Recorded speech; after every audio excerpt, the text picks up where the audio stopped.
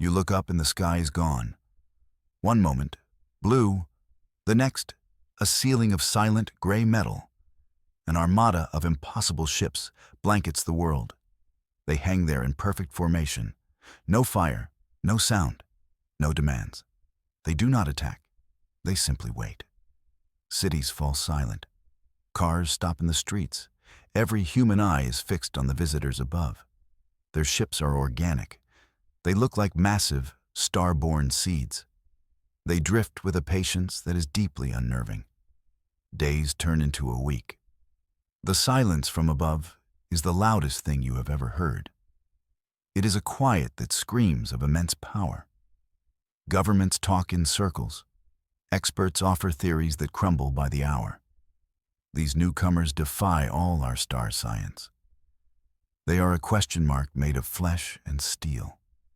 A question hanging over every soul on the planet. You feel the planet hold its breath. A collective pause waiting for the other shoe to drop. But the shoe never drops. There is only the waiting. The silence is their introduction.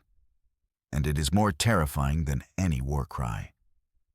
You wonder if this is how ants feel, just before a boot blots out their sun. The ships are beautiful in a terrifying way. Their hulls shimmer with a light that seems sad. This is not an invasion as we imagined it. This is something else entirely. Something older and stranger. The world's armies are useless. Our weapons are toys against their scale. We are a child shouting at a mountain. You realize humanity has never felt so small, so utterly and completely small. The waiting is a form of torture. It grinds down hope. It turns neighbors into strangers. Everyone is looking for an answer in the sky. But the sky is no longer ours to question. It belongs to them now. The ghost fleet. The silent watchers in our stolen blue heaven. Their presence rewrites every rule we ever knew. The world waits for a word, a signal, a sign of what is to come. But none arrives. The ghost fleet is a tombstone hanging over our heads, and we can do nothing but stare. You feel a strange sense of calm settle in your bones. It is the calm of absolute powerlessness, the calm before the storm. Or perhaps the calm after the end has already happened. We just haven't realized it yet. Their silence is the message. The message is that our time is over. Or maybe, just maybe, it is about to begin. The ships just hang there, unmoving, unblinking, a silent final judgment, a mirror showing us our own cosmic insignificance. And all we can do is wait. Then, it happens. Not with a bang, not with a light. It happens inside your head. The first message arrives. It is not words. It is not a voice. It is a feeling. A wave of pure, undiluted emotion washes over the planet. It is a feeling of profound, ancient sorrow. A sadness so deep it has weight. So old it feels like the universe itself is weeping. You stumble in the street. You grip your head. Everyone does. The sorrow is a shared burden. A psychic blanket tucking the world into misery. It is the grief of a billion souls lost. A sorrow that tastes of burnt-out stars and empty cradles. This is their first contact. Not a greeting, not a warning. It is a confession of pain. The silent giants in the sky are weeping. And they are making us weep with them. The sorrow is overwhelming. It brings humanity to its knees. Not in surrender, but in shared grief. You see people openly crying in the streets, strangers holding each other. The world is united for the first time, united in a bottomless well of sadness. This is not an attack. It is a plea, a desperate, silent scream for help. You feel it in your very marrow. The sorrow is a story without words. It speaks of ages of running, of galaxies left behind, of a long, desperate flight from something terrible. You can feel the ghosts of their dead, the echoes of their lost homes. It is a sorrow that has been bottled up for eons. Now, it has been uncorked upon a world of strangers. The silent ships are not menacing. They are mourning. They are cosmic pallbearers, and they have brought their funeral to our doorstep. You realize with a start, they are not a threat. They are afraid. The most powerful beings we have ever seen are terrified. That thought is colder than any winter night. What could possibly scare them this much? Their sadness is a warning. It is a gift of terrible knowledge. They are showing us their soul, and their soul is scarred. They have seen the end of worlds. They have watched suns die. This is their way of saying hello. This is the Ethel's first message, a shared nightmare broadcast to 7 billion minds. You understand that our world has been chosen, not as a target, but as a sanctuary, or perhaps as the next world to be lost. The sorrow does not fade. It settles into the background noise of life, a constant low hum of ancient despair. We are all mourners now, participants in a cosmic tragedy we do not yet understand. The first message was a cry. The second will be the reason why. You are an empath. Your entire life has been training for this moment. You were born with a rare gift, the ability to feel what others cannot, to see the colors of their emotions, to hear the music of their thoughts. You are humanity's only bridge to these silent giants. While others felt the wave of sorrow, you felt its source. You could see its shape. You could taste its age. The government found you years ago. They trained you in secret. You and a handful of others like you. You learned to shield your mind. You learned to focus your strange senses. You are a psychic astronaut, and you are about to make first contact. They bring you to a special room, deep underground. It is a sensory deprivation chamber, a place to silence the noise of the world, a place where you can listen to the sky. You float in saltwater darkness. Wires are attached to your skull. They will measure the storm inside your mind. The scientists outside are nervous. They are betting the world on you. No pressure, they probably joked an hour ago. Now, the jokes are over. You are the only one who can translate the alien's heart. You close your eyes. You reach out with your mind. You push past the fear and the sorrow. You search for a single coherent thought, a name, a reason, a purpose.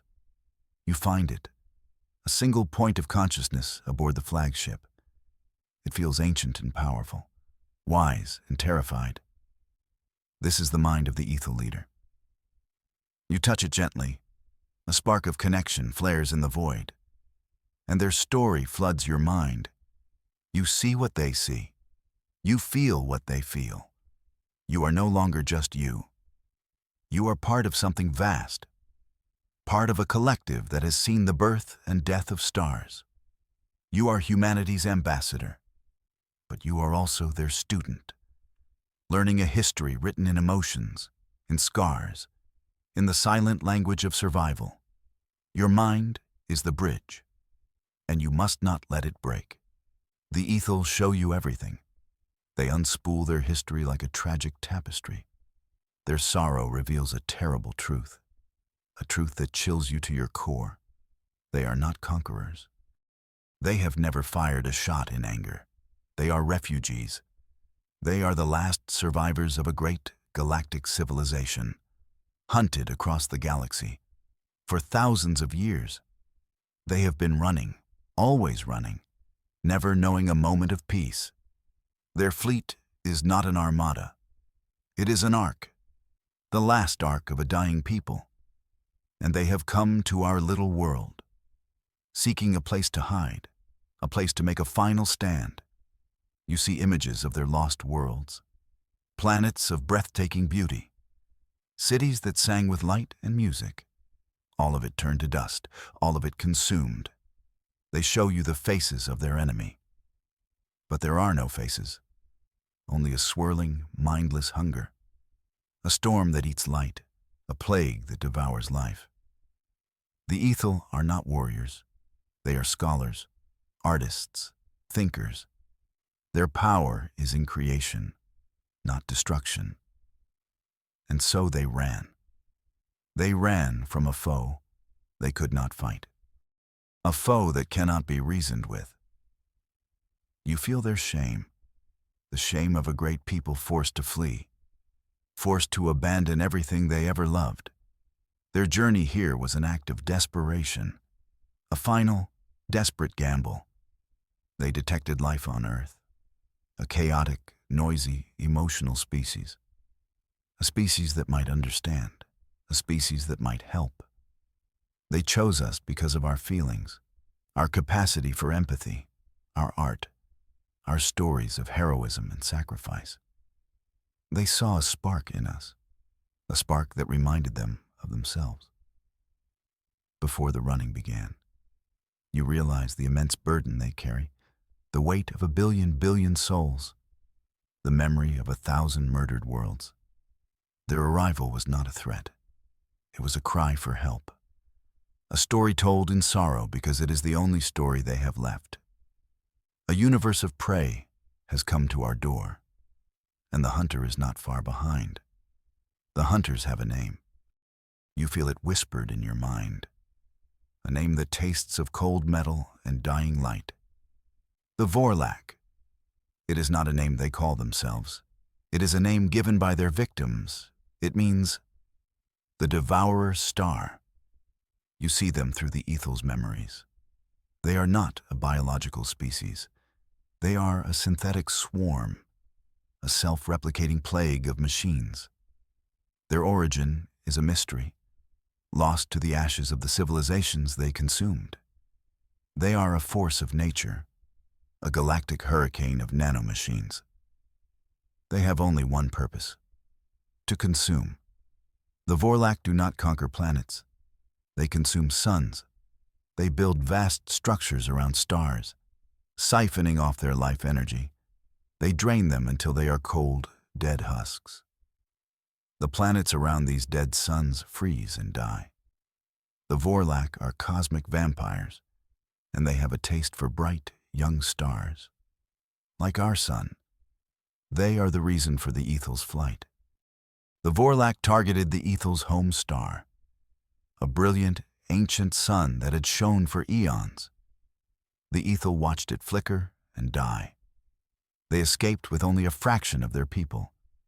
They have been running ever since. The Vorlak swarm pursuing them relentlessly, a predator that never sleeps, that never stops. You understand the Ethel's terror. It is a primal fear, the fear of being erased, consumed, forgotten. The Vorlak are not just killers. They are an extinction event. They leave nothing behind. No ruins, no artifacts, only cold and darkness. They are entropy made manifest, a galactic plague that purges life from the cosmos. The Ethel show you a simulation. The Vorlak swarm descending on a star. It is a horrifying, beautiful sight. A black net of impossible geometry. It closes around the star, and the light begins to fade, snuffed out like a candle flame. This is what is coming for us. This is the hunter. The Ethel are not just running for their own lives. They are carrying a warning to all other life in the galaxy. The Devourer's star is coming. The silence of the universe is not peaceful. It is the silence of a graveyard created by the Vorlak. The Ethel are the last scream of a dying galaxy, and they have brought their scream to us. Now you know the name of the enemy, the Vorlak, the Devourer's star, and you know that they are coming. The sorrow of the Ethel is now your own. For you have seen the face of the Devourer, and it is a face of cold, unthinking, unending night. The choice is made. It is made in the silent space between heartbeats. It is made in the shared understanding between two species, one young and loud, the other ancient and weary. There are no summits, no treaties, no words exchanged. To shelter the ethel is to invite the devourer to earth. It is to paint a target on our sun, our home. It is a choice that should take years of debate. It takes less than a second. The unspoken pact is forged. Humanity will stand with the ethel. We will not turn them away. We will not let them face the darkness alone. We will be their shield. You feel this decision ripple through the human collective. It is not a conscious thought. It is a gut feeling, a sudden, fierce wave of protectiveness. The sorrow of the ethel has done its work. It has shown us our own capacity for compassion. We see their children in our own. We see their lost homes in our own cities. The choice is not logical. It is emotional. It is the human spirit refusing to bow to the dark. You broadcast this feeling back to the ethel, a single powerful pulse of acceptance, of alliance, of shared destiny. Welcome home. We will fight with you. A new feeling comes from the silent ships. Not sorrow, not fear, but a profound, overwhelming wave of gratitude. A gratitude so pure it feels like sunlight. It washes away the lingering despair. It fills the world with a fragile, new hope. For the first time in millennia, the ethel are not alone. They have found allies, in the most unlikely of places, on a small blue world full of noisy, emotional creatures. The pact is sealed, not in ink, but in empathy, in the shared promise to face the coming storm. Together, the ghost fleet in our sky is no longer a symbol of dread. It is a symbol of defiance. The weight of this decision settles on everyone, but it settles on you most of all. You are the focal point, the amplifier, the bridge. You feel the ethel's relief, and beneath it, their fear, the terror they have held at bay for so long. Now that they have allies, they allow themselves to feel it, and it threatens to shatter your mind. You are the empath. You must bear the weight of worlds. Their collective fear becomes your own. It is a crushing, suffocating thing. You see visions of the Vorlak, the black swarm, the dying suns, the endless silent screaming of a billion souls. The ethel are a species of empaths themselves. They have been sharing this burden among their entire population for ages. Now, they are sharing it with you. And you are only one mind, one fragile human mind. The scientists in the underground bunker monitor your vital signs. They are spiking dangerously. Your heart rate is erratic. Your brainwaves are a chaotic storm. They want to pull you out, to sever the connection. But you refuse. You must hold on. You must show them that humanity is strong, that we can bear this weight, that our spirit will not break. You focus on a single feeling, the feeling of the unspoken pact, the feeling of defiance, of courage. You take that feeling and you build a shield in your mind, a wall against the tide of terror. You push back against the fear, not with anger, not with hatred, but with a simple, stubborn refusal to be broken. You are the empath. You are the bridge, and the bridge must hold. You broadcast this feeling of resilience back to the ethel, a message without words. We are afraid, but we will not fall. We will stand, and you feel them draw strength from you. Your courage becomes their courage. The terror recedes. It does not disappear, but it becomes manageable. A roaring fire contained within a furnace of shared will. You have passed a great test. You have looked into the abyss of the ethel's soul, and you did not blink. You have proven that humanity is more than just a collection of fragile bodies. We have a spirit that can stand against the darkness. The weight of worlds is still on your shoulders. But you are no longer carrying it alone. Two species now share the burden.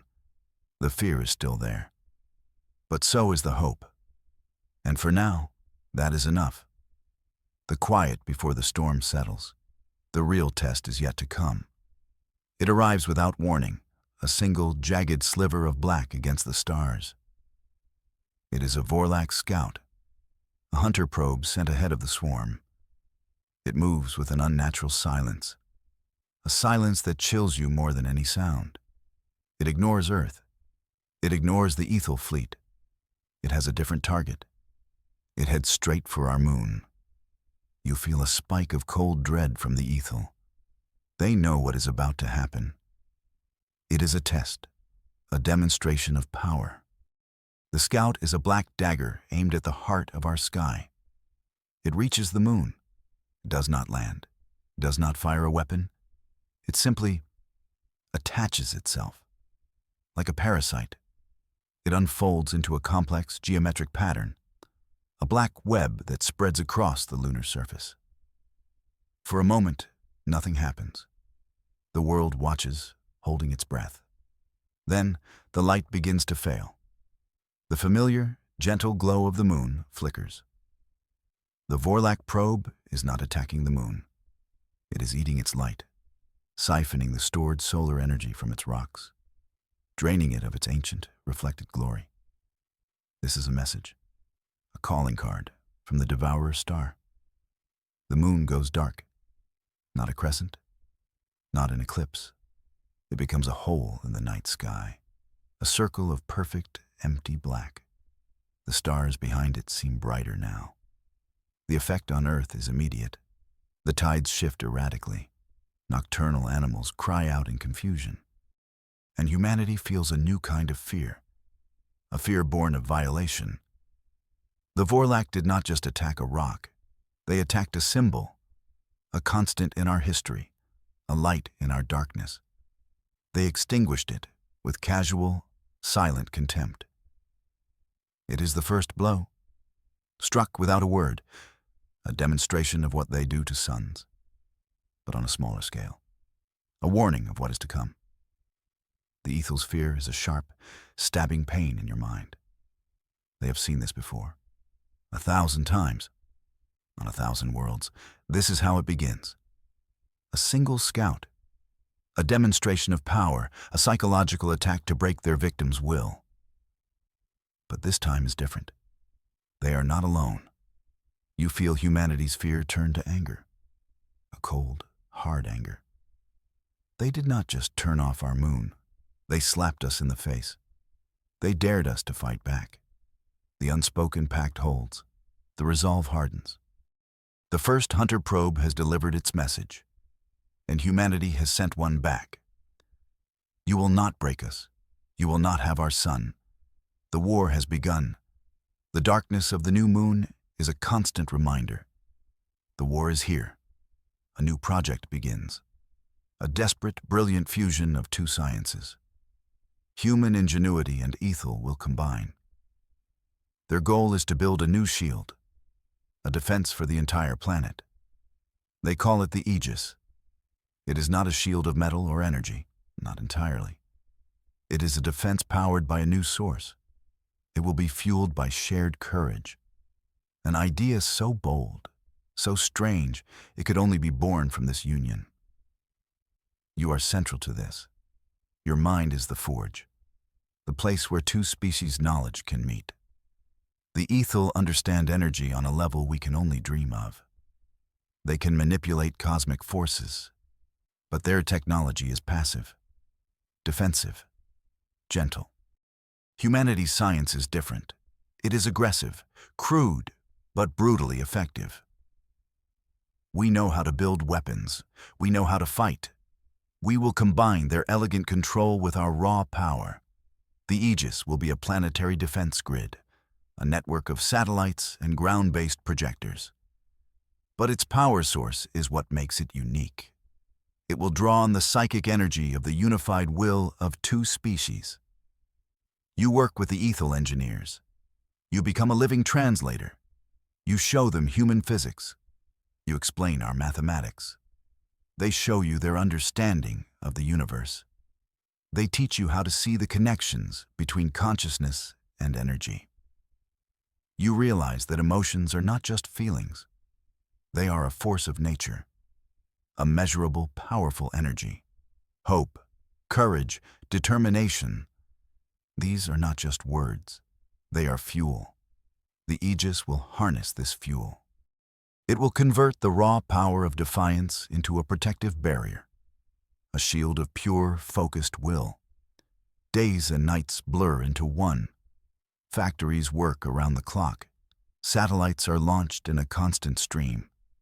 And you remain in the chamber, the forge, merging minds, building the blueprint for our salvation. The ethel show you how to create a psychic circuit, a network that can connect billions of minds, human and ethel. It will draw a tiny spark of courage from each individual. It will gather that energy, focus it, and project it as a shield. It is a weapon made of hope, a shield forged in the fires of shared desperation. The first Hunter probe took our moon. We will make sure they never touch our world. The Aegis is our answer. Forging the Aegis is our first act of shared defiance. The silence is broken by a scream, a psychic scream from the edge of the solar system. The swarm has arrived. The full Vorlak fleet descends upon our home. It is not a fleet in any way we understand. It is a cloud, a storm of black, geometric shapes, a living nightmare blotting out the stars. Their numbers are impossible. They stretch for millions of miles. A river of synthetic death flowing towards our sun. The siege of Helios has begun. The battle for humanity's star. The final battle for two species. The Vorlak do not communicate. They do not issue demands. They simply advance. A relentless, silent tide. Their target is the sun, Helios, the source of all life in our system. They begin to form their great net, the star-killing machine, the same weapon that murdered the ethel's home.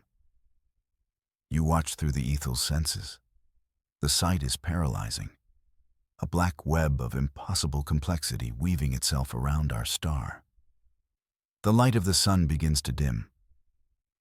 Not much, just a fraction, but it is enough. The draining has begun. The devourer's star has come for its meal. But this time, there is a defense. The Aegis is activated. You are the conductor of this strange orchestra. You connect to the psychic network. You feel the minds of billions of humans. You feel the ancient, steady consciousness of the ethel. You draw on their shared courage, their shared defiance. A wave of pure, white energy erupts from Earth. The Aegis shield expands outwards, a shell of shimmering light. It meets the advancing Vorlak swarm.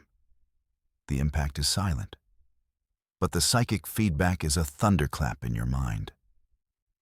The swarm hesitates, for the first time in 1,000,000 years of conquest. The Vorlak have been stopped. Their advance on the sun halts. The shield holds, a barrier made of hope against a tide of hunger. But the siege is not over. It has just begun.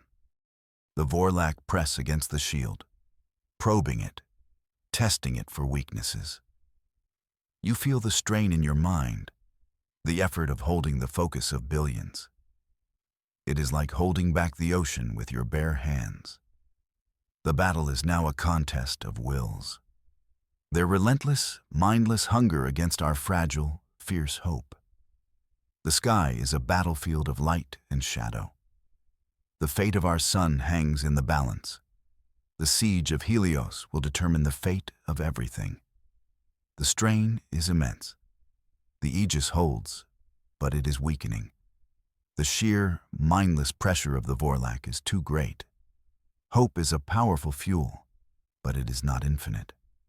Fear begins to creep back in. The shield flickers. You feel the collective will begin to waver. We cannot hold them for long. Just as despair begins to set in, something new awakens. Deep within the ethel collective consciousness, a memory, an echo from a time before the running, a power they had forgotten they possessed. The ancestors' echo. It rises from the depths of their shared mind, a resonance, a frequency, a song of power that predates their turn to peace.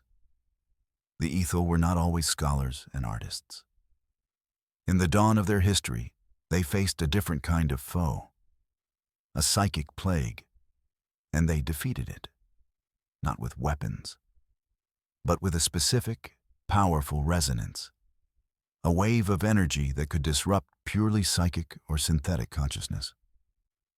They had forgotten this power. It was a part of their history they put aside, a warrior's art they no longer needed, until now. The Vorlak are not psychic, but they are synthetic. Their swarm is a single, networked mind, a mind that might be vulnerable. The ancestors' echo is not a weapon of destruction. It is a weapon of disruption. It does not kill.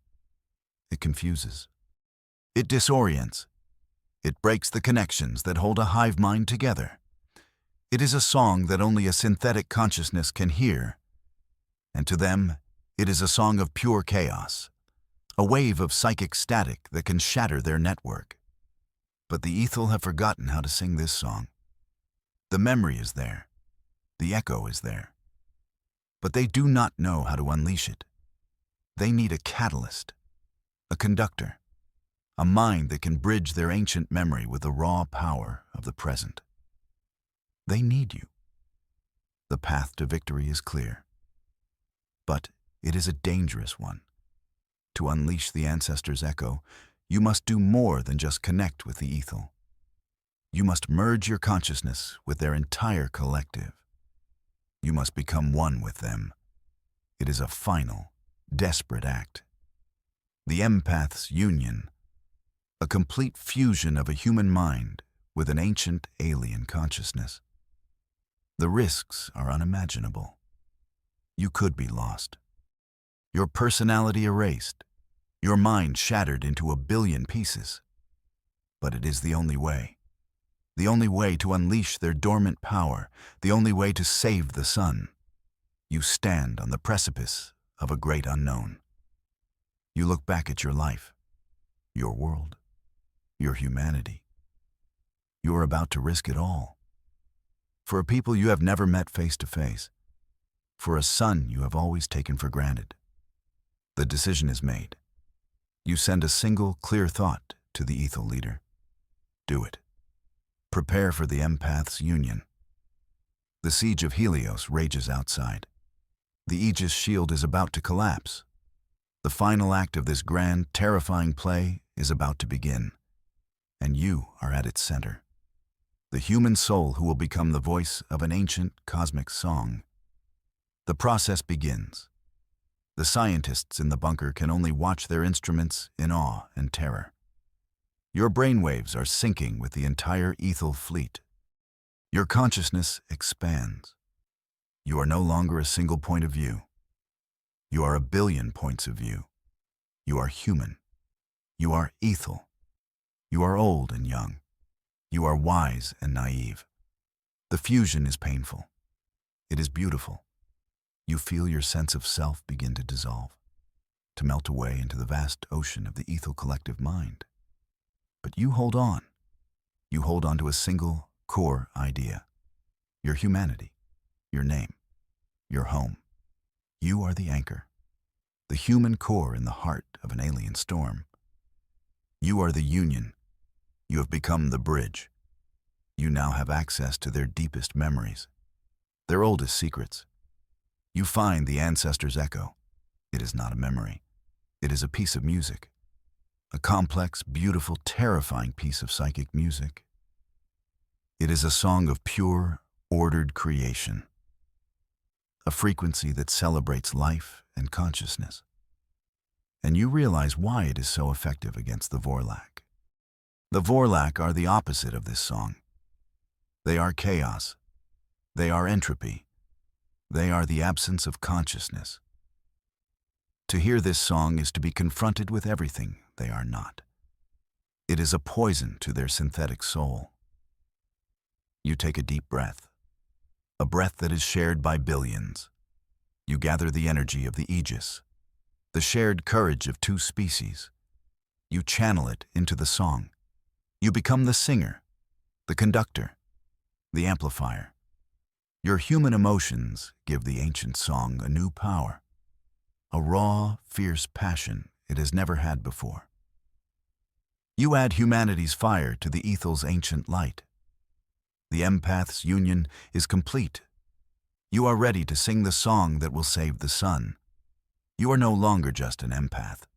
You are something new, something more, a fusion of two species, a guardian of the light. You open your new collective mouth, and you sing. But it is not a sound that comes out.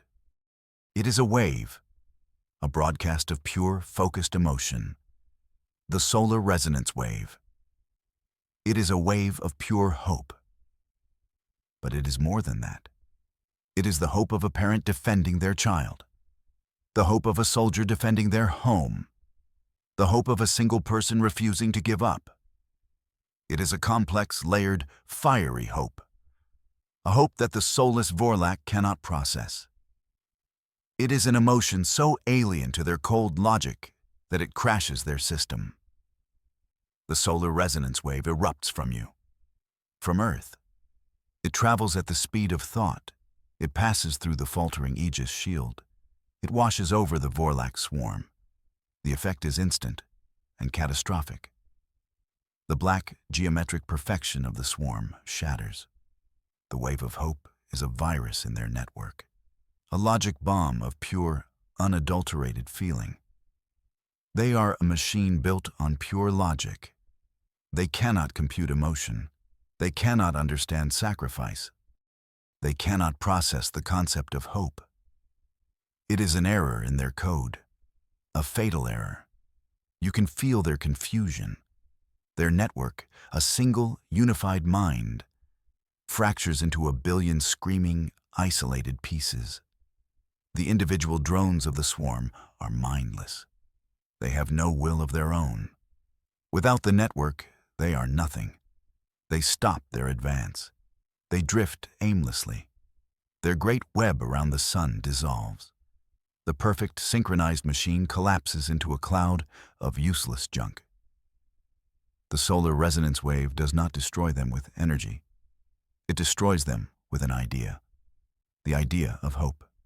It is a concept so powerful, so alien, that their synthetic minds cannot survive it. The song of hope has broken the Devourer's star. The battle is over.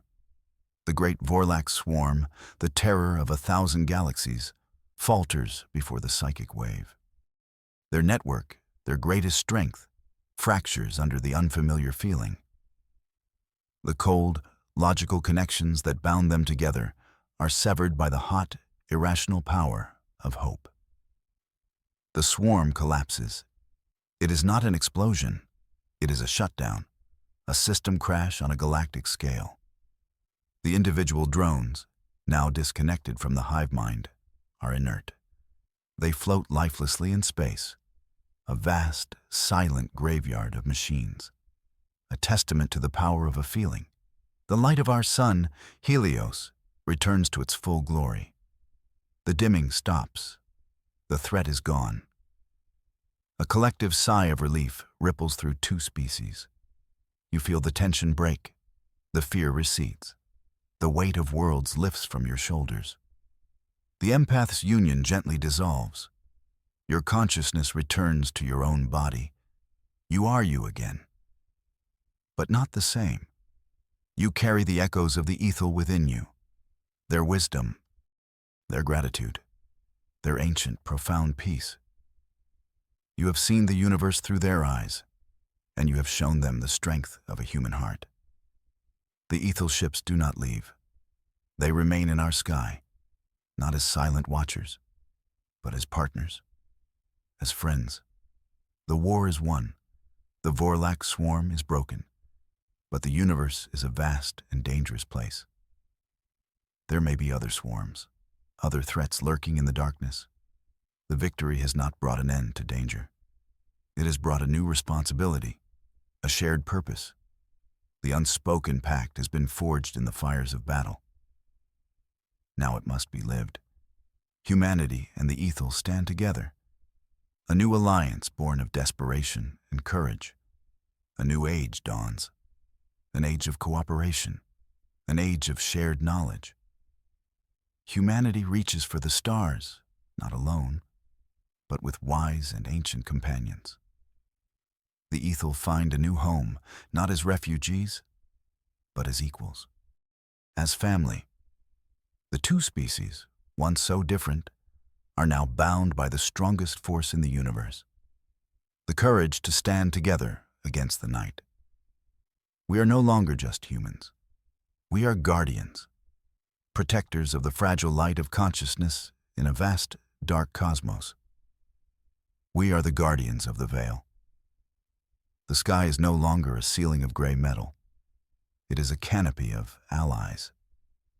The Ethel ships are a comforting presence, a reminder of the battle we won together, a promise of the future we will build together. We have faced the Devourer's star, and we have survived. We have looked into the abyss, and we have not blinked. The universe is wider and more wonderful than we ever imagined, and we will explore it together. Two species, one destiny, bound by courage, united as guardians. A new chapter has begun for Earth, for the Ethel, for the future of life in our small corner of the galaxy. The silence is gone, replaced by a new song, a song of hope, a song of two worlds becoming one.